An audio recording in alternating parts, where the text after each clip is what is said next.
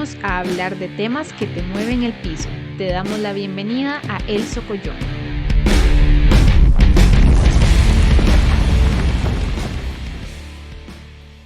Muy buenas tardes, mis estimados socolloneros, socolloneras. Bienvenidos a otro Socollón. En esta oportunidad vamos a tener un especial al que hemos llamado Ojo al Cristo y el nombre pues ya va introduciendo de qué trata el asunto. ¡Ojo al Cristo! Ojo al Cristo, ojo, ojo, ojo al Cristo, ojo, ojo, ojo al Cristo, que no se te vaya nada. Bienvenidos, bienvenidas. Mi nombre es Pablo Mora y estoy aquí porque, nos convoca un hecho que como católicos, y vamos a ser totalmente transparentes, este podcast, aunque no se trata necesariamente de temas de fe, de hecho no es ni el Ecocatólico, ni Radio Fides, ni Radio María, ni mucho menos, pero sí está hecho por tres personas que somos católicas, practicantes y, bueno, que estamos vinculadas en algún punto con la iglesia. Y esto nos ha llevado a querer analizar los 100 días del papado del Papa León XIV, que se cumplen este viernes o sábado. No me queda todavía muy claro si incluyendo o no incluyendo, pero bueno, se cumplen esta semana. Y a raíz de este número que, a ver, es como un número representativo, ¿verdad? No es que signifique necesariamente nada, pero sí es un número representativo porque es el mismo que se usa para medir como por dónde van los jefes de Estado, por dónde van los gobiernos, cuál es su línea, etcétera. Y es el número también, esa es la cifra mágica que cumple el Papa León XIV en este momento. Me acompaña el día de hoy mi estimado Marco Navarro Bulgarelli, quien estuvo libre, ¿verdad, Marco? De la última sesión. ¿Cómo vas? Pura vida. Todo bien, por hoy, así me vino en vacaciones del podcast.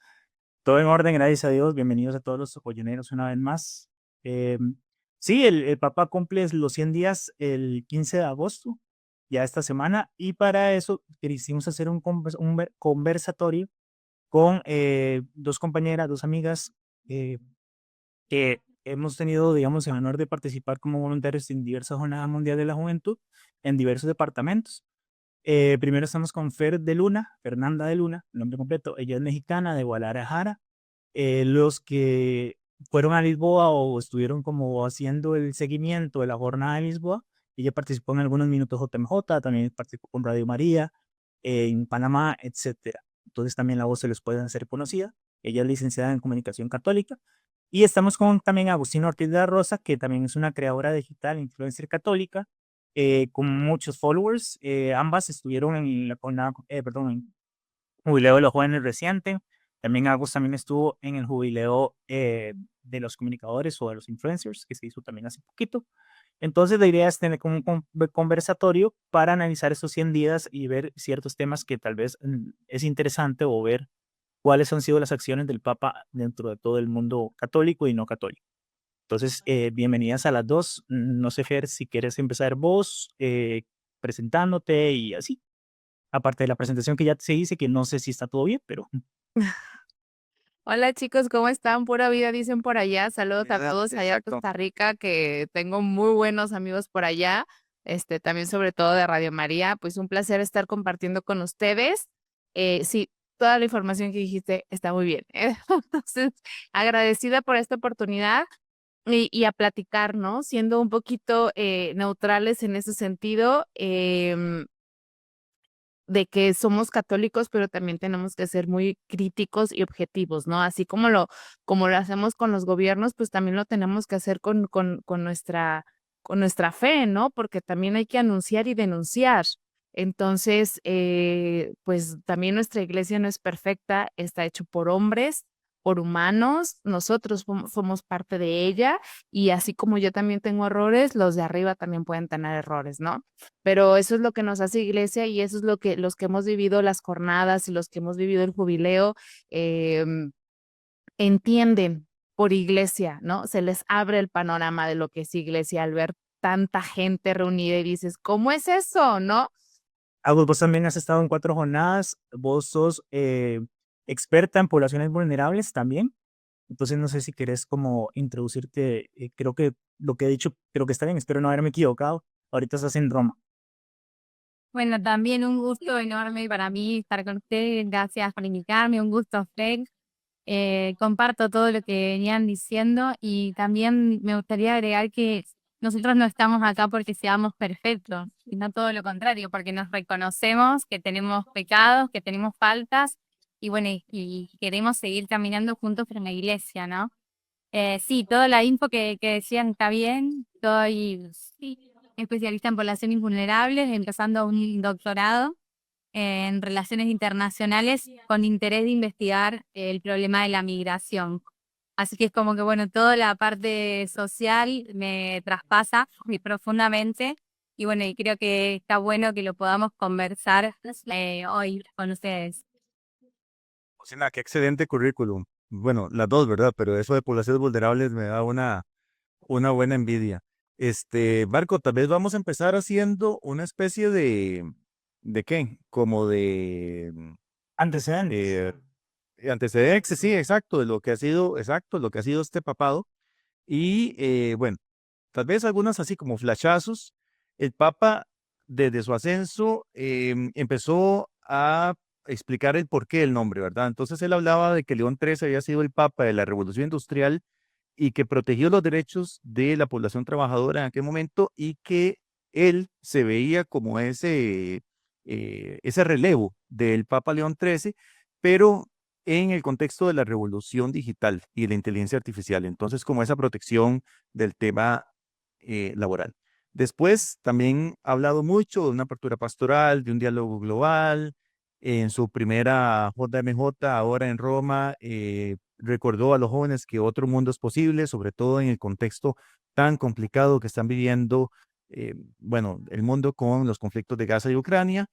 Y también hay mucha expectativa alrededor de lo que puede ser este papado, sobre todo en este tira y encoge, ¿verdad? Que hay entre sectores más conservadores y un poquito más progresistas, sobre todo en el tema de que si es más importante el rigor doctrinal que el tema de la misa en latín, o que si más bien la iglesia debe avanzar hacia la búsqueda de unidad y justicia social, el tema de la ecología y todo lo demás, ¿verdad? Entonces, al Papa se le ha visto en este rato como un puente entre la tradición y la convergencia, ¿verdad? Ese sucesor de León XIII y también un poquito ese pastor que fue cercano al Papa Francisco, pero también viendo cómo resuelve estos entresijos, digamos, de las problemáticas actuales. Digamos, el mundo creo que está muy a la expectativa de cómo puede resolver el Papa esto.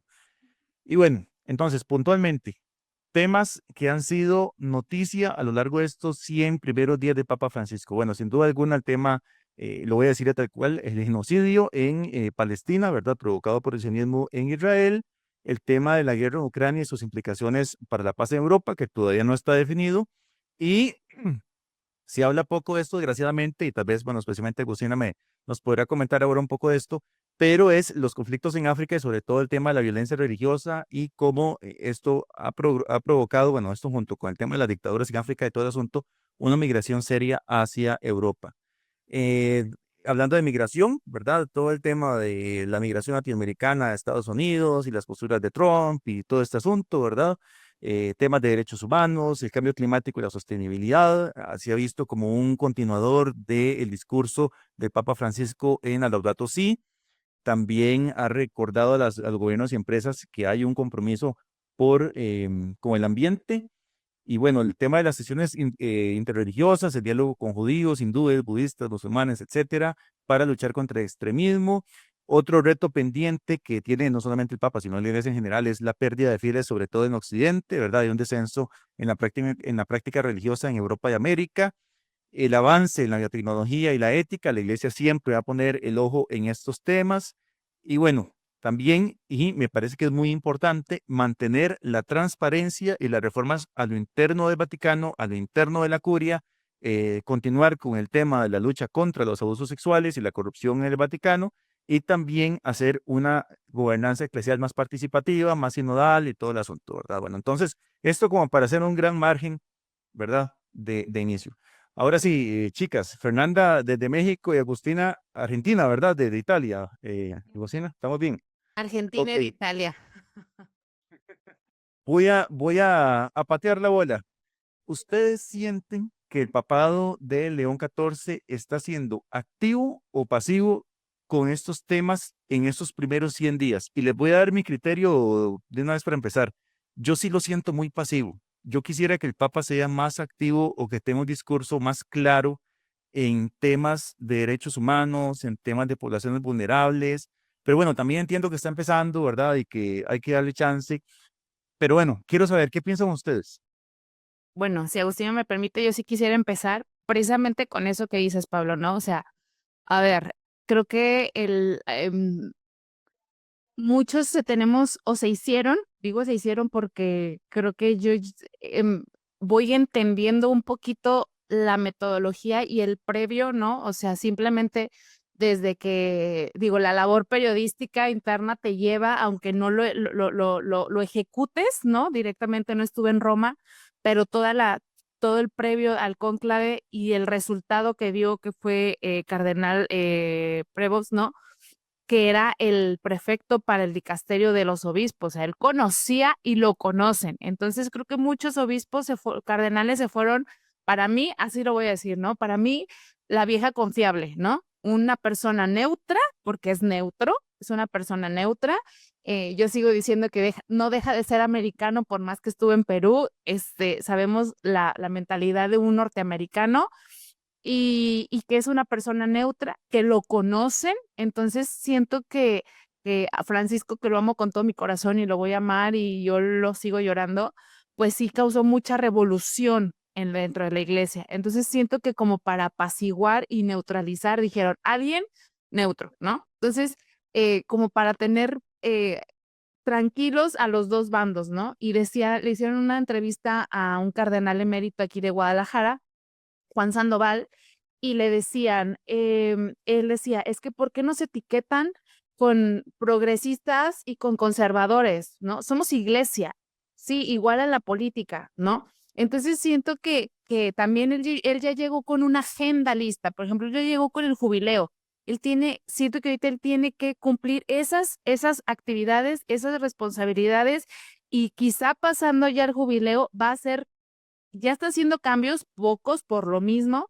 Siento que a lo mejor tiene que hacer unos cambios a lo mejor más fuertes, no sé, o sea, no conocemos internamente también la política dentro del Vaticano, y lo poco que se sabe, pues tú deduces, ¿no? A mí me encantó cómo en el conclave todos los medios, no, como si fueran apuestas y como si fuera tal cual una elección de candidatos políticos, ¿no? No Tagle y no Parolini y no, o sea, no, aquí elige el Espíritu Santo, amigos. O sea, se les cayó la quinela porque al cardenal ni siquiera lo daban por hecho, ¿no? Entonces, siento también, primero eso, que la elección de León fue una elección neutral, ¿no? Inteligente, de alguien que conoce la iglesia, porque como pastor, tienes que conocer a tus pastores, y él es encargado como prefecto del dicasterio para los obispos, tenía que conocer a sus pastores, entonces los conoce. Entonces fue algo neutral, un personaje neutral, ¿no? Para estos dos bandos, entre lo conservador y lo pues progresista, como lo quieren mencionar unos, ¿no? Luego, ya llegó con una agenda previa. Entonces, como que hacer cambios radicales iba a destantear un poco, sobre todo la onda del jubileo, ¿no? Entonces, creo que también sus mensajes van enfocados a este caminar. Ahorita que hablas sobre pasivo creo que por la cuestión diplomática y por lo mismo de que está en el jubileo, de que ya está esto acomodado y de que no puede hacer ahorita un poco más, ¿no? Y yo voy, y sobre eso voy porque a veces exigimos, ¿no? Es que la iglesia tiene que hacer, y es que el Papa debería de ser, y luego, y es que la ONU debería de ser, y así hay muchas voces. Escuché un reel de una persona de la comunidad LGTB que me encantó, que dijo, em, yo soy muy prudente en ese tema, ¿va? Pero dijo algo que se me hace muy cierto, y sobre todo también va en el plan de todas las mujeres por aborto y todo eso, ¿no? Es que la iglesia tiene que estar a favor. Tú no le exiges a la iglesia porque la iglesia no es el Estado. Al que le tienes que exigir es al Estado, a tu gobierno. ¿Quieres leyes? Ah, pues es tu gobierno. El Papa no va a venir a hacer leyes a México, a Costa Rica, Argentina. O sea, él va a alzar la voz, va a alzar la voz. Como cualquier diplomático, la situación en Venezuela. Muchos presidentes, estamos en contra de la dictadura en Venezuela. Y muchos presidentes, estamos en contra del ataque por parte de Rusia. ¿Y qué más pueden hacer? No pueden hacer nada más. Digamos, en el tema de que él está primero ordenando la casa. De hecho, él, por decirlo así, él renovó todos los miembros que estaban trabajando ahí para investigar, para averiguar, para ver currículos, etcétera, y después ve si los cambia o no. Agos, no sé qué piensas vos en ese tema de pasivo o activo, digamos. Yo creo, como venía diciendo Fer, es muy poco el tiempo. También creo que, al menos en Argentina, fueron muy críticos con Francisco. Y cuando Francisco muere, es como que mucha gente decía, ¿no? ¿Cómo no lo valoramos antes? Fue todo un tema en el país porque Francisco no fue a Argentina, porque tal cosa, porque recibía a tal presidente y a tal otro. Eh, Sí, sí. Como que utilizaron su imagen muchas veces para hacer política. Entonces creo que por ahí, como decir si lo veo pasivo o no, es como también caer en esa crítica eh, en muy poquito tiempo. También creo, como decía Fer, que es como una persona, ¿no?, con una mirada muy tranquila y muy de paz. Yo también pude darle la mano y saludarlo. eh, y lo que sentí en ese momento fue como una persona así muy, muy coherente y de mucha paz y tranquilidad. Como que no lo vi como alguien que está descolocado, sino como alguien que sabe lo que está haciendo. Y también comparto esto que decía Fer de, bueno, hay una agenda, es de jubileo, hace muy poquito que está, entonces como encasillarlo no podría, digamos, es muy, muy poco tiempo y tampoco creo que me gustaría. Sí, yo también en eso, bueno, concuerdo plenamente. Y también siento que él sí ha hecho, eh, siempre ha llamado a la paz y también habló, recibió a Zelensky, también habló, recibió a una delegación de Rusia, puso como al Vaticano para tratar de, digamos, de solucionar el problema, con que fuera una sede, que fueran ahí a conversar y a discutir. Rusia no quiso. Entonces sí, yo siento que ese tema del activo pasivo, yo siento que él es siento dos cosas. Primero, después de Francisco, cualquier papa se va a ver pasivo, porque Francisco era muy, muy activo, era muy activo. Entonces, después de Francisco, cualquiera se hubiera visto. Y si él hubiera caído en, digamos, en la actitud del Francisco, cierta parte de la iglesia le estaría diciendo, bueno, pero es que está haciendo igual que Francisco y los cambios que también no, pues me explico. Entonces es muy difícil compararlo porque el papa pasado fue un papa muy fuerte a nivel mundial, una figura muy fuerte, y él está haciendo, desde mi punto de vista, muy estudioso, analizando, si uno analiza, digamos, o ve el tiempo de su guía pastoral en Perú, que ahorita vamos a hablar un poco de eso, en las poblaciones, él hizo mucho, mucho, mucho, mucho, pero primero se rodeó la gente, primero tuvo cercanía, entonces yo siento que él está haciendo eso, que él está conociendo a la gente interna, cumpliendo los compromisos que, como bien decían, hay una agenda, el jubileo, lo de Carlos Acutis, había bueno, su nombramiento y todo, o sea, todo es una agenda y hay muy poco tiempo por medio. Sí, bueno, digamos, vamos a ver. Es que yo, bueno, además estoy sacando maestría en ciencias políticas, entonces creo que también tengo mi sesgo por ahí de análisis geopolítico, chicas. Pero digamos, vamos a ver. Hay un tema como un genocidio en este momento, ¿verdad? Que la ONU misma ya lo ha denunciado y bueno, a otros países. A Europa le tomó rato, pero ya está reaccionando, ¿verdad? Y yo obviamente concuerdo con lo que decía Fernanda ahora, que el Papa no solo no va a resolver los problemas del mundo, ya quisiéramos, pero no, obviamente no se puede. Sin embargo, o sea, esta figura de denuncia que la iglesia tiene que tener o debería tener, y yo me inspiro mucho en mi santo favorito, Monseñor Romero, ¿verdad? Que para mí es el crack, ¿verdad? Monseñor Romero siempre insistía eso, ¿verdad? Que el evangelio es anuncio, pero también es denuncia de las injusticias, de la inhumanidad, o sea, de todos aquellos comportamientos humanos que son pecados a final de cuentas, que transgreden el evangelio, ¿verdad? Entonces, desde ese punto de vista, a ver, yo quería preguntarles un poquito sobre también su personalidad. Bueno, ya Fernanda nos adelantaba un poco. El hecho de que sea gringo, ¿verdad? Y entonces, ¿verdad? Que tiene ahí como su, bueno, los gringos son medios parcos, ¿verdad? Pero, ¿qué características de esa personalidad que ustedes tal vez que lo tienen o que lo han visto más de cerca o que le dan un mayor seguimiento del que uno le puede dar, ustedes pensarían que podría beneficiar o perjudicar al papado de León XIV? Yo creo, bueno, cuando lo hicieron mi papá, se notaba una persona muy conmovida. O sea, yo me acuerdo, no sé si vieron como los ojitos medio brillosos, ¿no? Y eso a mí, que realmente me pasa en el corazón, el dolor del otro, la persona vulnerable, los migrantes, los que no tienen que comer, bueno, todas esas realidades, y ver a un papa así, ¿no? Conmovido, como no que tiene un corazón de piedra, sino un corazón humano y conmovido por eso que estaba pasando, eso me gustó mucho.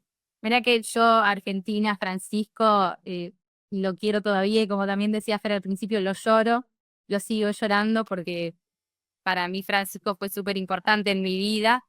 Pero bueno, también me puse muy contenta y estoy muy contenta porque por eso, ¿no? Sentí como ese papa con un corazón humano, eh, y eso me puso muy feliz. León siento que va a ser como un papá. Más bien, ya. Francisco va a ser el abuelito alcahueta, el abuelito que decía y venía y hacía, ¿no? Y hacía chistes. Y León va a ser como el papá que escucha, que atiende, que si ustedes vieron, o sea, cuántas veces ahorita nosotros vemos las fotos y yo, o sea, decimos, ese hombre tiene mejores rodillas que yo. O sea, ya se hincó y saludó a la niña, ya subió las escaleras, ya, o sea, ¿sabes? O sea, Cargó una cruz pesadísima. no, yo tengo que decirlo, o sea, sigo con eso porque el marido de mi mamá vivió 40 años en Estados Unidos, entonces como que alcanzo a discernir un poquito la cultura americana, ¿no? Entonces, pues son deportistas, ¿no? Son activos. El señor tiene casi 70 años y tú lo ves con una vitalidad. Y bien decía Agustín, o sea, cuando lo nombraron estaba tan conmovido. Y si ustedes ven el video de la salida sorpresa, porque la misa del martes del jubileo, él no estaba programado y él sale, o sea, si lo ven con atención, porque nosotros lo estamos viendo desde el Festival de los Influencers Católicos, ¿no? Entonces, el papá sube en su papamóvil, o sea, ni siquiera caminó, como para que dijera, se agitó, baja y cuando va a saludar a los jóvenes está, o sea, lo ves agitado, lo ves conmocionado, lo ves como exaltado, de decir, no, o sea, porque era su primera reunión multitudinaria de León. Vamos a ver, ahora Fer decía un tema de que, o sea, el Papa no puede ir a Gaza o no puede ir a meterse en eso. Sí, sí puede meterse diplomáticamente. Para eso, históricamente, la iglesia siempre ha usado la comunidad de San Egidio eh, y para esos temas, ¿verdad? Entonces yo siento que eh, el Papa puede estar haciendo ese tipo de intervenciones diplomáticas a través de un representante y tal vez ahorita no lo ha dicho porque no es el momento de decirlo, porque tal vez no ha avanzado, tal vez eso lo frenaría.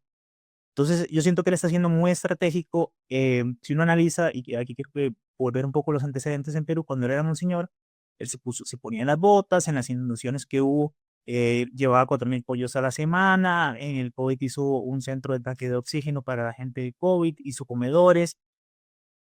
Él siendo monseñor y también administrando la diócesis, lo puede hacer porque tiene la labor de hacerlo, él como papa tiene la labor de hacerlo, pero también tiene la labor de guiar a la iglesia, de ir a las actividades, de protocolo y así. Entonces yo siento que él está siendo estratégico, tratando de escuchar a todo el mundo para tomar una agenda y a partir de ahí hacer acciones silenciosas. Porque eso es otra cosa que mucha gente en los documentales de Perú decían que él hacía acciones, muchas acciones silenciosas. Entonces yo creo que él va por ahí. Agos, no sé si vos querés como aportar algo de esto, de la revolución social y ese tema. Es también una llamada a cada uno de nosotros, ¿no? Más allá del Papa. Como que muchas veces solemos escuchar de personas que dicen, bueno, el Papa debería hacer tal y cual cosa, pero uno en su casa, en su comunidad, en el día a día, no hace absolutamente nada por el otro, ¿no? Entonces creo que, como lo decíamos al principio, de que, bueno, en la iglesia somos todos, como decía Francisco, ¿no? Que era un hospital de campaña. en donde estamos todos heridos. Y creo que pasa también por ahí, ¿no? Por hacernos conscientes y cada vez más conscientes de que el que tenemos al lado es nuestro hermano y lo tenemos que ayudar.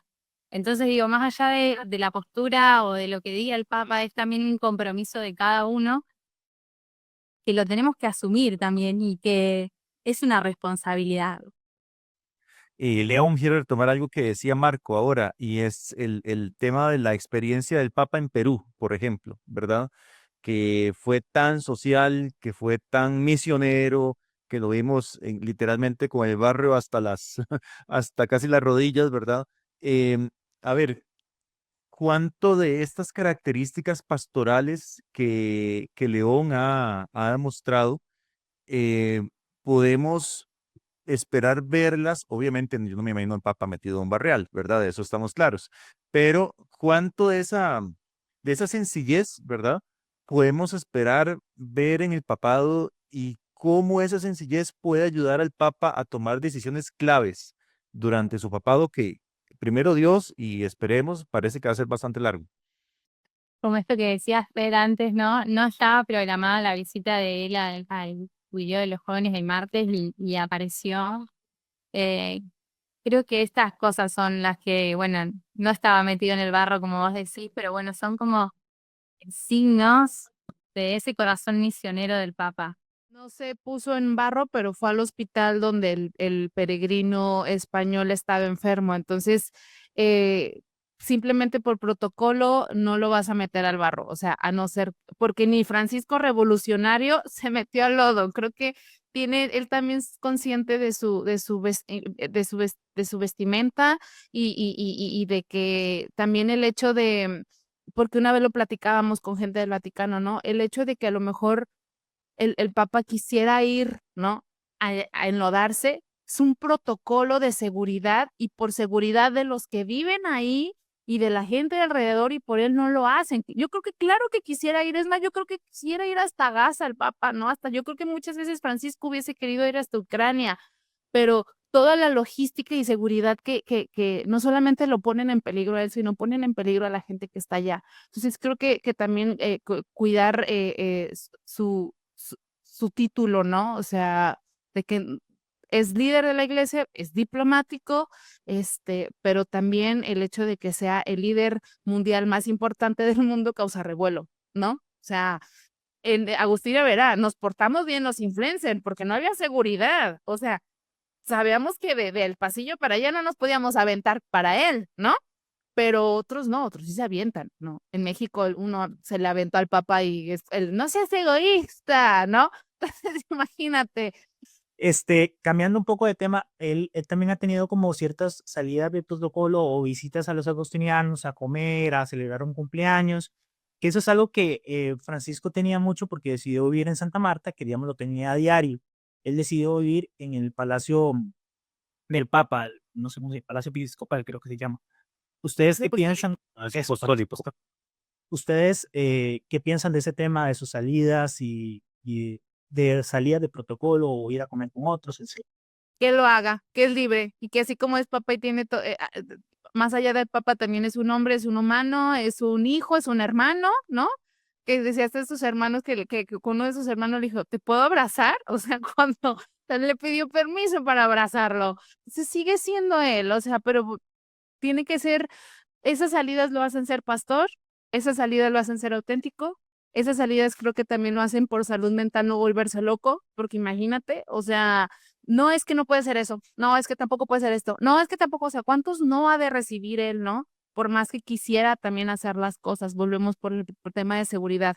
Entonces, creo que Francisco puso esa, ¿no? Porque pues, muchos decían, en Panamá lo decían, en Lisboa lo decían, es que no sabemos qué va a hacer. O sea, casi casi lo tenemos que tener amarrado porque no sabemos si se va a salir, si va, o sea, no sabemos, ¿no? Entonces yo le preguntaba a los guardias de ahí de ahora de León, ¿no? Que es que no sabemos por dónde va a salir, no sabemos ni por, todos pensamos que iba a salir por la lateral directamente al altar.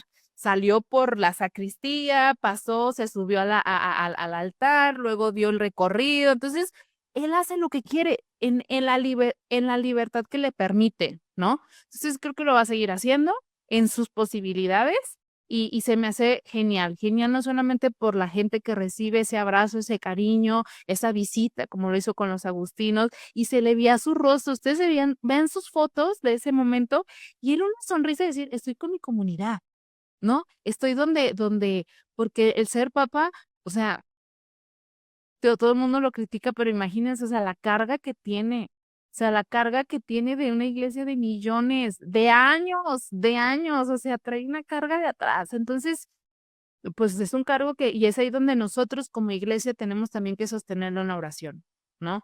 Así también es la forma en la que lo podemos ayudar, o sea, sostenerlo en la oración, defenderlo cuando lo tengamos que defender, ¿no? Y no defenderlo, sino cuidarlo. O sea, cuidarnos como iglesia, cuidarlo a él, cuidar su pontificado, cuidar a nuestro Pedro, ¿no? Entonces, que lo haga cuantas veces quiera y él es libre y él si se quiere ir a tomar un gelato, luego una pizza, un vino tinto, que lo haga. O sea, él Sí, yo pienso lo mismo. Es como una persona, ¿no? Cualquier persona necesita de esos momentos de estar en comunidad, de estar en familia. También me acuerdo del momento ese en el que lo abraza a su hermano, ¿no? Digo, qué fuerte para una persona que de un día para el otro le cambia totalmente la vida. Así que no, opino igual que Esther. Me parece que es buenísimo que lo pueda hacer. Sí, Agustina, bueno, de una vez aprovecho que estás ahí. Vamos a ver. Ahora, bueno, ustedes hablaban de una agenda previa, ¿verdad? Que él traía. Yo quisiera profundizar un poquito en esta agenda previa. Y me interesa mucho el tema de ustedes me parece que son, digamos, pilares claves, no pilares claves, sino como temáticas claves, digamos, que la sociedad actual discute, e inclusive la misma iglesia discute. Uno que me parece que es clave para el Vaticano es el tema de tolerancia cero con abusos sexuales a menores, ¿verdad? Que ha sido la gran espina que se le ha clavado a la iglesia en los últimos 25 años, desde que esto explotó. Después, el tema de la comunidad LGBTIQ+, ¿verdad? ¿Cómo gerenciar esto? Porque realmente a la iglesia le ha costado, hay que reconocerlo, le ha costado encontrar como el camino desde el evangelio para saber cómo guiar esto. Eh, Casados, matrimonios, perdón, de divorciados vueltos a casar, que si comulgan, que si no comulgan, ¿verdad? Y atención a otras poblaciones descartadas, como decía Francisco, como migrantes, como indígenas, etcétera, etcétera. Entonces, tomando en cuenta, digamos, esas temáticas que son tan álgidas, ¿verdad? Que provocan, eh, tristemente, a veces yo digo tanta polémica que no lo deberían provocar, pero ¿cuál es esa, digamos, no es desde lo que yo quisiera, porque yo les podría decir lo que yo quisiera que haga el Papa, sino lo que ustedes consideran que el Papa León va a hacer? El norte está en la doctrina social de la iglesia, absolutamente, digamos.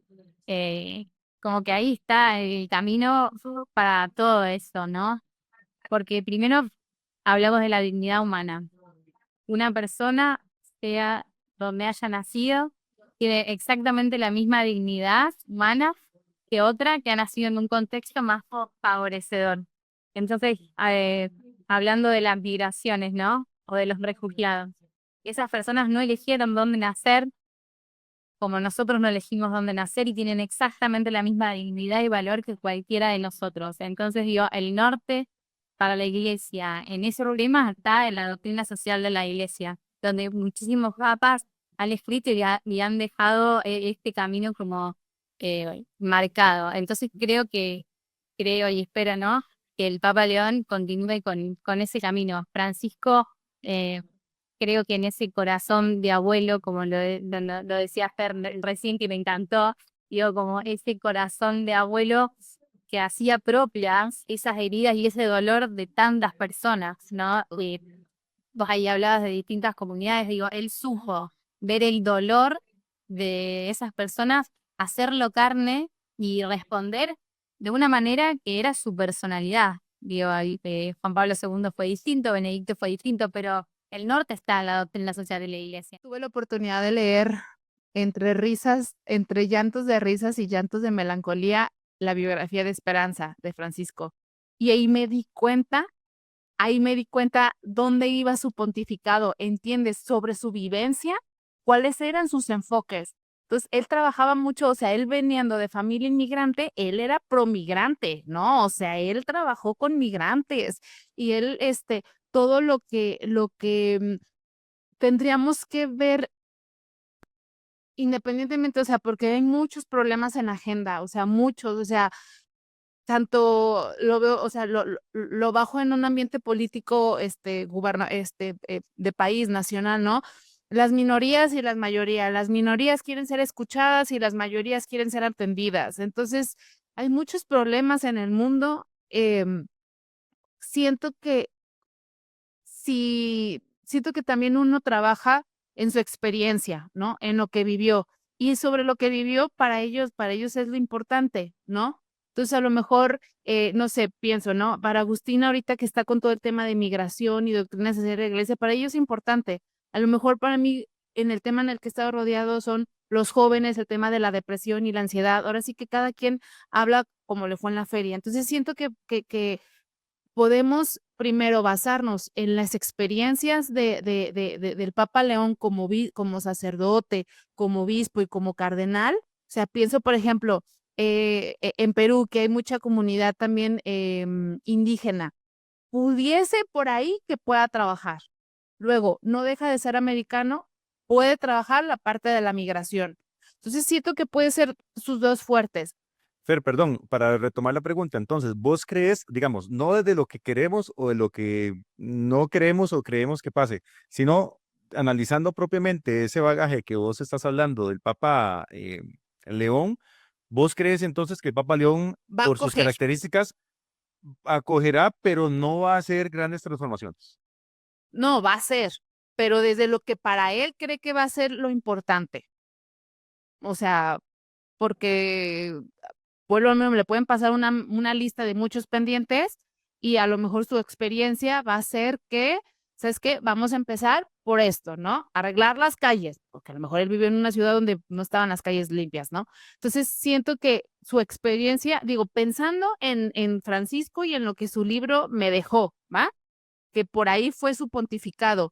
Tendríamos que ver entonces la experiencia de León para ver también por dónde. Y bueno, o lo mismo, creo que pasando el jubileo, los primeros movimientos que haga, los primeros cambios, pueden darnos una línea, porque Francisco hasta sus últimos momentos dio sorpresas de catequesis, de evangelización, de movimientos.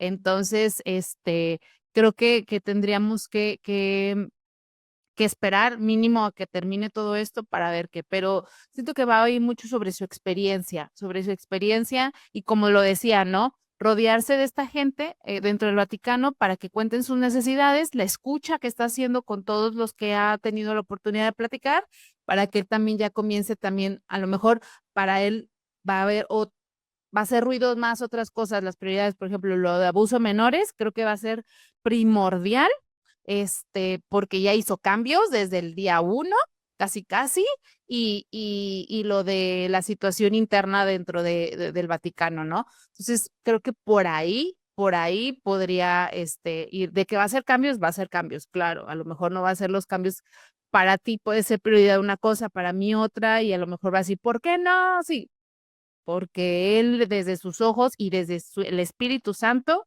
él va a tomar una decisión y de su equipo de trabajo, ¿no? Agustina, rápidamente para ir cerrando, ¿coincides con esto? Sí, coincido plenamente y leí el libro ese de Francisco y es impresionante y es tal cual. Y si uno lo lleva a la propia vida, te ayuda a entender un montón de por qué reacciono ante tal cosa y por qué tal cosa me interesa más que otra. Somos en base a nuestras experiencias. Entonces sí, creo exactamente que va a ser así. Tal vez para replantear la pregunta con respecto a lo que pensamos que va a hacer León en estos temas, basado en su experiencia, vos coincidís con Fernanda, digamos que le va a dar enfoque a esos temas, como, bueno, Fernanda estaba hablando del tema de migraciones, estaba hablando del tema de abuso de menores, o crees que también, basado en lo que ya sabemos, va a posicionar su mirada en otros. No quisiera hacer futurismo porque no sé, pero espero que sí, digamos, que siga con el legado social de Francisco. Y bueno, y esto que decía antes, ¿no? Confío que en base a su experiencia y a su corazón de pastor, misionero, esté con los más vulnerables. No sé si tienen alguna frase o frases que han escuchado o leído que ha dicho el Papa que les gustaría como rescatar para como ir terminando ya el podcast. Dijo la vigilia, no nos alarmemos si nos encontramos interiormente sedientos, inquietos, incompletos, deseosos de sentido y de futuro.